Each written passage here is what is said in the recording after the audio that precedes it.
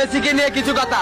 Neymar বলেছেন কোনো সন্দেহ ছাড়া মেসি বিশ্ব সেরা, মেসি আমার আইডিয়াল, আমার আদর্শ। আর ক্যাসমেরো বলেছেন মেসিকে যারা ভালোবাসেন না তারা ফুটবল সম্বন্ধে বোঝেন না।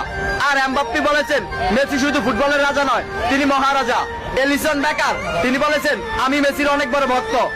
আর কাকা বলেছেন আগামী 10 বছরে 10 জন রোনালদো আসবে, কিন্তু আগামী 10 বছরেও একজন মেসি আসবে না।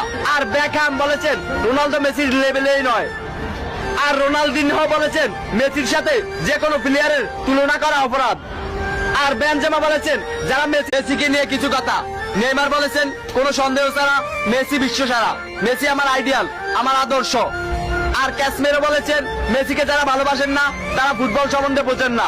আর এমবাপ্পে বলেছেন মেসি শুধু ফুটবলের রাজা নয়, তিনি মহারাজা।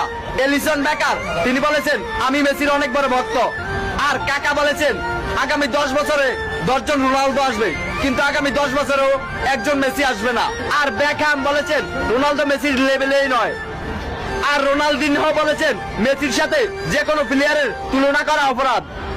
আর বেনজেমা বলেছেন যারা মেসির সমালোচনা করেন তারা ফুটবল বোঝেনই না। পেপ গার্দিওলা কোচ বলেছেন আমার ক্যারিয়ারে মেসি সবকিছু। পিকে বলেছেন মেসি ইতিহাসের সেরা খেলোয়াড়।